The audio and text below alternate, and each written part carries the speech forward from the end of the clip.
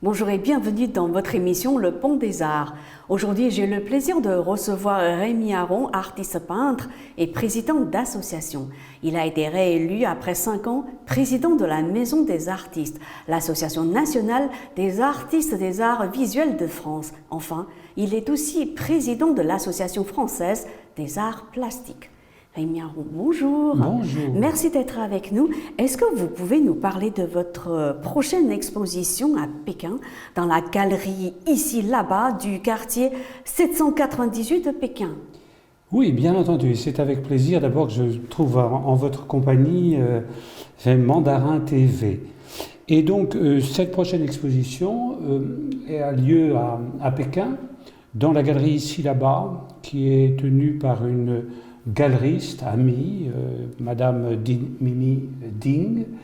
Je travaille avec cette galerie depuis plusieurs années déjà et nous avons une relation très proche, amicale et professionnelle à la fois. Cette exposition va avoir lieu donc fin juin dans cette galerie avec des œuvres plutôt récentes en compagnie d'un très bon ami, Monsieur Hu, qui est l'assistant de l'Académie nationale de peinture à l'huile de Chine et qui est un peintre de belle réputation avec lequel je suis très heureux de partager cet espace parce que la galerie Ici Là-bas est une galerie qui prend sa place dans les relations entre la France et la Chine. Et Mimi Ding, la directrice, est très attentive à cette relation, à tous les niveaux. Et donc elle est comme un carrefour important de nos relations. Et quelles sont les œuvres que vous allez y exposer? Alors ce sont des travaux récents que j'ai envoyés en Chine. Ce sont des travaux qui ont été faits ces dernières années. Sur quel thème, oui, justement? Alors, ce sont des œuvres de composition, et si vous voulez, nous en parlerons tout à l'heure, qui s'inscrivent dans ma démarche, je pourrais dire personnelle, d'artiste et de peintre. Voilà. D'accord. Alors, ce sont des compositions autour de la couleur, de l'espace et de la lumière, dans des configurations qui me sont propres et que j'essaie d'explorer. Elles sont déjà à Pékin. Elles sont déjà à Pékin. Elles sont en voie de préparation et Mimi Ding est en train de préparer le catalogue et la promotion qui correspond à cette exposition. Et donc, si j'ai bien compris, ce sera la première fois que vous les exposerez à Pékin. Ah oui, bien entendu. C'est une première. On va voir quelles seront les relations avec le public de Pékin. Et cette fois-ci, vous avez sélectionné combien d'œuvres? Oh, il y en a un certain nombre. Je ne peux pas vous dire exactement, mais il y en a plusieurs dizaines, dont de grands formats aussi. Voilà, ce sera une exposition assez représentative. Et après, donc, les œuvres vont rester là-bas ou bien vous allez faire une autre exposition dans la foulée de celle-ci? Alors, en ce moment, en Chine, il y a plusieurs expositions qui sont en cours. Celle-là est une exposition plutôt personnelle, même si je la partage avec un très bon ami, un très bon artiste chinois. Et c'est bien de faire les choses dans cet esprit du partage entre la Chine et entre les artistes de Chine et les artistes de France. Voilà. Parce que ça fait partie de mon centre de travail depuis bientôt 20 ans maintenant. On va y revenir. On y reviendra tout à l'heure. Mais en ce moment vient de se terminer une grande exposition au musée ouest de Suzhou. Une musée ouest de Suzhou, une grande exposition qui a eu un beau retentissement d'ailleurs, puisqu'il y a eu, malgré le Covid, puisqu'elle a débuté pendant la période des restrictions sanitaires. C'est-à-dire à peu près vers quelle période? C'est-à-dire qu'elle s'est terminée fin février. Fin février, oui. Donc, c'était pendant les restrictions sanitaires. Et malgré cela, il y a eu plus de 70 000 visiteurs par mois. Incroyable. C'est-à-dire qu'elle a eu une exposition physique. Alors, une exposition qui a été organisée par la FAP, l'Association française des arts plastiques, que je préside, et Madame I. Brody, qui est à la tête d'une organisation en Chine qui nous a beaucoup aidé dans l'élaboration de cette exposition. Elle a rassemblé 10 artistes français autour de les aventures de la couleur dans le monde de l'art contemporain en France. Et ces 10 artistes sont tout à fait représentatifs de ce qui peut être une tradition renouvelée par une expression colorée, très, très joyeuse et très libre. Et c'est une exposition qui a eu énormément de succès. Et donc, les œuvres de ces 10 artistes, d'ailleurs, vous pouvez regarder le catalogue sur le site de la FAP, de l'Association française des arts plastiques.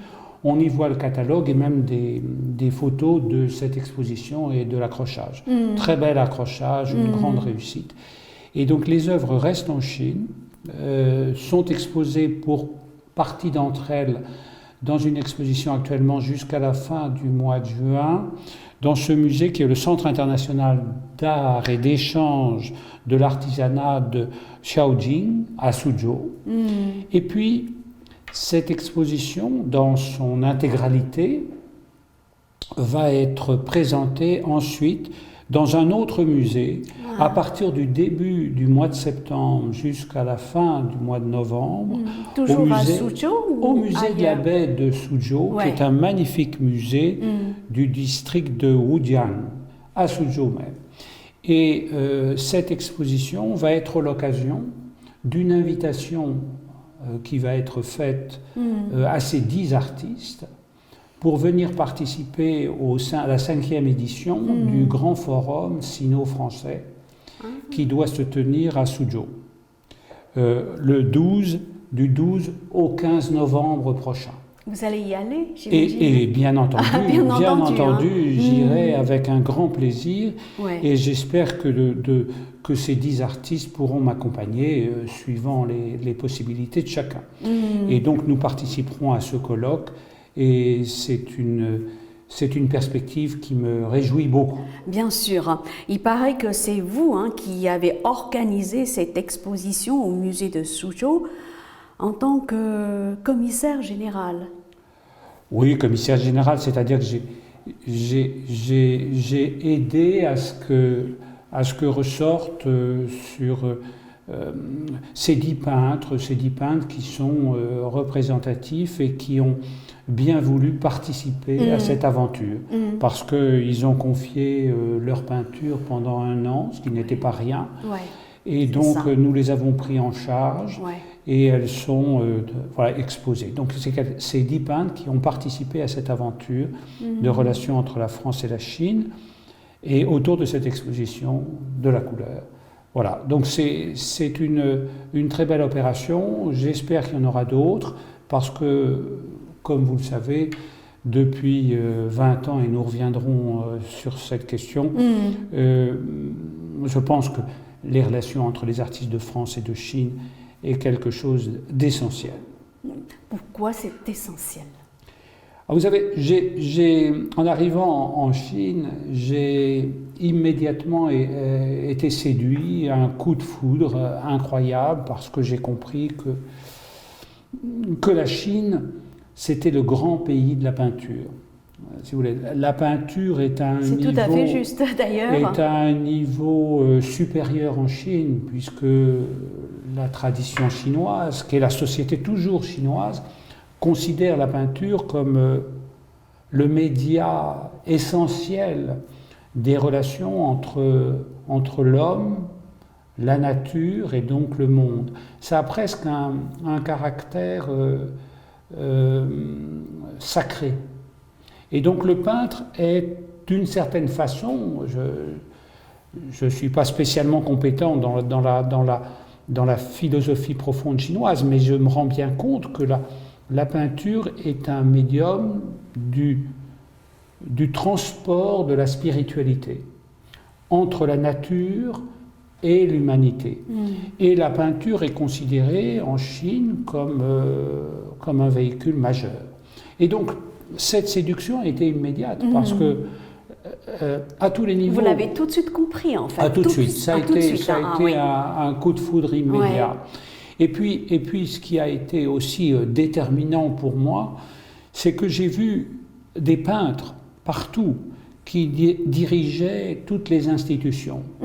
Ce sont à tous les niveaux de la société chinoise, dans les musées, dans les écoles d'art, bien sûr les associations d'artistes, en fait, des peintres professionnels qui dirigent ces institutions. Alors, ce n'est pas le cas en France ? Ah mais en France, c'est tout à fait... Par exemple, vous dirigez l'association la Maison des Artistes. Alors, la Maison des Artistes est une très grande association. C'est l'association majeure qui représente les artistes des arts visuels. Mais ses habitudes institutionnelles et les habitudes institutionnelles en France, je ne vais pas ici... aborder ces questions qui sont d'ordre, je dirais presque national, hein, mais la représentativité des artistes professionnels n'est pas du tout la même. C'est-à-dire que en Chine, on a l'impression que à chaque degré de l'institution, ce sont toujours des artistes ou des gens qui peignent, qui sont formés au regard sur la nature, au regard sur les choses, à la tradition de la peinture, qui dirige ces institutions. Donc, pour moi, même si je ne parle pas chinois et que j'ai quelquefois des relations profondément amicales avec des artistes, sans parler ni anglais ni chinois, parce que la relation se fait par la peinture et par ce dialogue de cette discipline, de ces disciplines qui sont tout à fait particulières, qui sont celles de la peinture. C'est un vecteur de communication. Hein. De connivence. C'est ça. De connivence du regard, parce qu'on sait qu'on est des professionnels et on sait qu'on peut avoir, même par un geste, par un sourire, savoir ce qui convient, ce qui ne convient pas, voir où sont les choses. Et donc, en Chine, j'ai tout de suite ressenti ça. Et donc, à tous les niveaux, on trouve des professionnels qui ont un regard sur la peinture. Et ça, c'est essentiel. C'était extrêmement essentiel. Et puis, je pourrais aborder un des autres dada qui m'occupe beaucoup, c'est la question des transmissions. En Chine, à tous les niveaux, on trouve des écoles des beaux-arts, des écoles d'art, et on voit que les élèves, avec leurs professeurs, sont formés, sont initiés plus exactement aux choses du regard, aux choses du dessin, de la peinture, au regard d'après nature. Et donc ces artistes en Chine sont tous très attentifs à ce qu'ont fait leurs prédécesseurs, aussi bien en ce qui concerne la peinture chinoise que la peinture occidentale, parce que la peinture, on va appeler ça la peinture à l'huile, se développe largement en Chine. Elle se développe énormément en parallèle de la peinture chinoise. Si vous voulez, si on se comprend bien, la peinture chinoise, c'est la peinture, disons, traditionnelle de l'encre sur papier. C'est ça. Et la peinture, on peut dire occidentale, sont des techniques qui sont issues de la peinture à l'huile. C'est-à-dire que la peinture chinoise travaille dans une réserve de la lumière avec l'encre, tandis que la peinture à l'huile, pour simplifier, apporte de la pâte sur une surface pour y donner de la lumière. Hein, voilà. En gros, hein, c'est ça. Et donc ces deux traditions sont aussi vivantes en Chine. Nous, on s'est beaucoup laissé faire, si on ose dire, en Occident, par une espèce de conceptualisation des choses de la plastique, des choses de l'art. C'est une dérive qui s'est faite à partir de la guerre de 14, hein, de Duchamp. Il y a l'art conceptuel qui a pris beaucoup de place dans toutes les expressions artistiques. Je ne veux pas critiquer les artistes qui font ces choix, mais globalement, il est très préjudiciable que cette direction purement conceptuelle, c'est-à-dire issue de Duchamp, hein, du porte-bouteille ou de la Vespasienne, si on peut dire, ou de La Fontaine, qui a fait dire que tout est art et que si je décide que c'est de l'art, c'est de l'art. Donc c'est une façon, c'est un égotisme, si on peut dire, qui a sévi et qui continue à sévir énormément dans les apprentissages, je pourrais même dire, des arts en Occident. En Chine, les apprentissages restent très structurés. Et ce qui fait qu'on a des dialogues très faciles avec les artistes chinois. En fait, vous êtes en train de rendre un bel hommage à la peinture chinoise et aux artistes peintres chinois, non? Ah, mais je vais vous dire sans forcer trop mon propos, je peux le dire publiquement, puisque nous sommes à la télévision, que je continue à penser que la Chine est probablement le pays de la Renaissance. Hein. Elle a acquis une réalité économique incontestable en 30 ans. C'est un miracle fabuleux. Elle conserve, et elle conserve vivantes les grandes traditions de la peinture chinoise et même de la peinture occidentale. Elle a donc des artistes très bien formés. Et donc la créativité est ouverte à elle.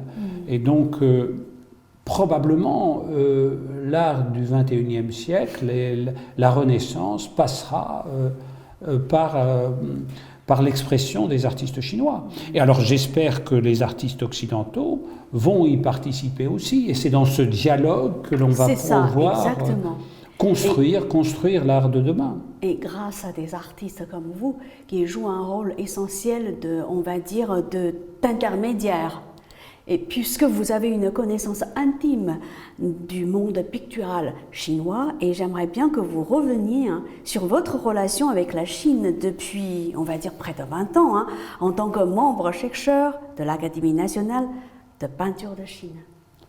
Ah oui, cette relation à l'Académie nationale de peinture de Chine est importante depuis longtemps, puisque nous avions été adoubés 5 ou 6 artistes dont malheureusement beaucoup nombreux sont décédés, si on peut dire, mais nous avions été adoubés à l'Académie nationale de peinture de Chine et fait membre chercheur, donc c'est un honneur qu'on a accepté, qu'on essaie de faire vivre. Et aussi, nous sommes très proches, et je suis très proche, de l'Académie nationale de peinture à l'huile de Chine, qui sont des institutions magnifiques, qui viennent en plus des grandes écoles des beaux-arts, des grandes associations en Chine, donner un terreau vivant à la création plastique en Chine. Donc, je pourrais vous parler de toutes les villes dans lesquelles je me suis rendu, parce que la Chine est en même temps un pays de miracle économique, et en même temps un pays qui a su et qui aime profondément la nature. On pourrait parler des montagnes jaunes, on pourrait parler des grandes réserves naturelles de Chine. C'est vraiment des pays magnifiques où la nature est vénérée dans sa qualité propre. Parce que la nature en Chine, ça représente quelque chose de fondamental dans l'esprit de la pensée chinoise. C'est pour ça que la peinture est très vivante. Si vous voulez, les peintres chinois n'ont jamais pensé copier littéralement la nature d'une façon photographique, comme on a pu le faire quelquefois en Occident. Ça n'a jamais été... la peinture chinoise a toujours été assez poétique et a toujours représenté l'humanité à sa place devant la nature. Puisqu'on parle de nature, est-ce que vous pouvez nous parler de votre démarche dans la peinture entre la nature et la composition alors? Ah ben là, je vais donc, si vous voulez me poser cette question, changer de casquette. Parce que, vous savez, quand on est peintre, j'ai toujours pensé qu'on avait 3 casquettes. On a d'abord la cohérence de la pensée par rapport à son travail personnel, à son désir, à son œuvre. Ça, c'est la partie fondamentale, c'est-à-dire qu'on est entre son initiation, son œuvre, on essaie de créer sa vie, sa vie de peintre, et ça c'est fondamental. Mais ensuite, on a un devoir vis-à-vis de l'enseignement, c'est-à-dire de la transmission, oui. Et on a un devoir peut-être vis-à-vis de ses pairs, c'est-à-dire des artistes dans les associations, dans la vie sociale, dans la vie des arts. Ce sont 3 casquettes différentes. Donc la question que vous me posez, c'est par rapport à mon propre travail. Donc je vais essayer de... C'est une démarche individuelle, on va dire. Simplement de vous parler un peu de moi, donc de moi en tant que peintre. Ouais. J'ai commencé à peindre très, très jeune, très jeune, autour de l'adolescence. Et puis je suis entré aux Beaux-Arts, et je suis sorti des Beaux-Arts en 72, à 20 ans, en ayant l'impression, vous savez, c'était la suite de 68, en ayant l'impression de n'avoir rien appris. J'avais rien appris. Donc j'ai commencé à travailler, j'étais même à la Cité des Arts, et heureusement j'ai été poussé par un désir d'essayer d'apprendre, de trouver des clés, parce que moi-même je lisais des livres, je lisais un peu André Lode, j'essayais de dessiner d'après nature, mais je me rendais bien compte qu'il me manquait beaucoup de choses. Et donc je traînais dans les ateliers et j'ai écouté un homme qui corrigeait les dessins. Il s'appelait Roger Plein. Et c'est un sculpteur, élève de Svoboda, qui d'ailleurs n'avait pas une place très éminente aux Beaux-Arts, il corrigeait au cours Yvon. Mais ça a été pour moi un très très grand maître. Et d'ailleurs c'était un très grand maître parce qu'il a formé un grand nombre d'élèves et il leur a ouvert des voies insoupçonnées. Et grâce à lui, j'ai beaucoup travaillé. J'ai abandonné la peinture, je me suis mis à dessiner, 9 heures par jour, tout. Les natures mortes, les modèles vivants, les personnages, les animaux, les paysages, enfin. Il y avait un programme très très établi. Et à son contact, pendant près de 10 ans, j'ai beaucoup dessiné, et puis je me suis remis à peindre en fréquentant l'atelier de Jean Berthold. Mais Roger Plein, comme artiste et comme initiateur, comme maître, a été fondamental. Donc, j'ai beaucoup copié les gravures, je les ai copiées à l'envers, à l'endroit. J'ai cherché, grâce à son initiation, qui était plutôt des suggestions, à comprendre qu'on n'est pas là pour faire du dessin. Alors, on n'est pas là pour faire des dessins, on n'est pas là pour faire des images, on n'est pas là pour faire des peintures, on est là pour faire du dessin, c'est-à-dire qu'on se forme soi-même tout en apprenant à décrypter la réalité. Et on essaie de décrypter la réalité, c'est-à-dire l'espace, la lumière, à comprendre ce qui se passe autour de soi. Et c'est pour ça que la nature est un dictionnaire, un dictionnaire de possibles.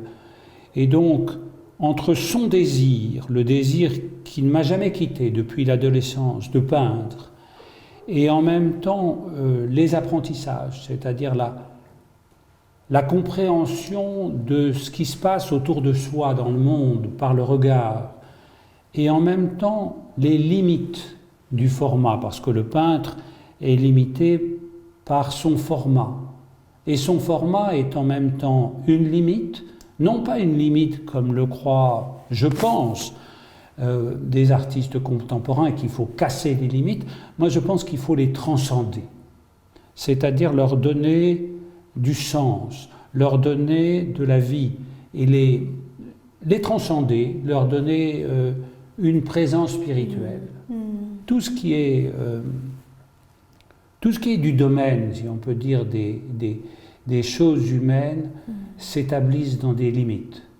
Si on n'établit pas les limites, on n'a plus la perception des proportions, on n'a plus la perception de l'harmonie. L'harmonie, elle se crée dans des limites, et on peut même dire que l'écologie mondiale doit prendre comme limite les limites de la Terre. C'est parce que si on prend les limites de la Terre et les limites des possibles, on va commencer à pouvoir structurer une compréhension des choses harmonieuses. Et donc, grâce à Roger Plein et à ce chemin qu'il nous a donné, ce chemin des maîtres, de la lecture des écrits de maîtres et de la nature, j'ai pu essayer comment pourrais-je dire, de fabriquer ma compréhension de la vie. Et je continue à la fabriquer tous les matins. Mais je ne sais pas quel est le résultat. Le résultat, peut-être qui n'intéresse personne. Peut-être que le résultat n'a aucun intérêt. Mais je dis ça, c'est quelque chose que je pense vraiment. Mon désir reste entier de peindre, d'essayer de rapprocher ma conviction, mon credo d'artiste, et de le rapprocher dans un état qui est celui de l'aventure. De plus en plus, je travaille assez peu d'après-nature aujourd'hui, dans toute cette exposition. Justement. Ce sont des œuvres de, comment pourrais-je dire, de composition, puisque je pars actuellement, je pars de rien. Je pars de ma toile et de la couleur, et je la laisse advenir. Mais je la laisse advenir jusqu'à ce qu'elle ait une respiration dans laquelle je me trouve bien. Et je suis un moment en état d'harmonie avec le monde. En fait, voilà. Vous vivez la peinture. C'est ma vie. Et donc, je vis la peinture. Vous la vivez, en fait. Et je ne cherche pas à faire des images, quoi. Je ne cherche pas à faire des choses qui soient ni figuratives ni abstraites. C'est une aventure que je vis pleinement. Est-ce que vos pères français ou chinois partagent la même démarche, ou alors c'est vraiment quelque chose de très spécifique à Rémi Aron? Écoutez, je ne sais pas, j'ai essayé de donner ce goût de la peinture à mes élèves, puisque j'ai été enseignant pendant 30 ans. Ouais. Et c'est vrai que ce que je peux vous dire et ce que j'essaie de vous transmettre à vous aujourd'hui, c'est quelque chose que l'on ne peut pas dire habituellement, parce qu'on ne peut le dire que dans un atelier avec ses élèves où on parle librement, parce que quand on est avec ses élèves, on ne joue pas un rôle, on essaie de leur faire passer ses propres convictions et sa propre énergie, celle que l'on ressent soi-même.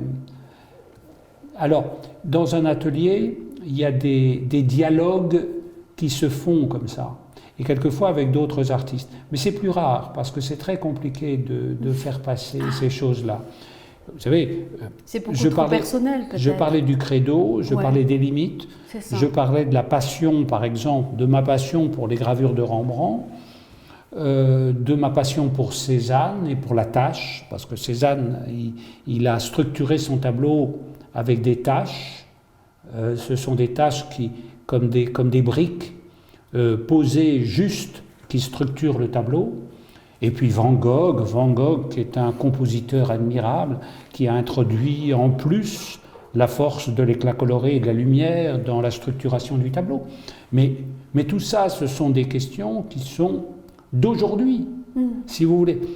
Il faut faire bien attention. La tradition, si on regarde Delacroix, Tintoret, Rembrandt ou tous les autres qu'on aime, c'est pas parce qu'ils sont anciens, c'est parce qu'ils vous parlent d'aujourd'hui. Et ils vous donnent des renseignements sur ce que vous êtes aujourd'hui comme peintre. Et ça, c'est très important. Il ne s'agit pas de provoquer une rupture entre l'art ancien et l'art d'aujourd'hui. Ces grands artistes vous aident à comprendre le monde et à vous comprendre vous-même. Et donc c'est en étant en filiation spirituelle avec eux qu'on peut concevoir, je pense, une vraie modernité. Et que la peinture reste un média totalement moderne parce qu'il est d'aujourd'hui et parce qu'on en a besoin.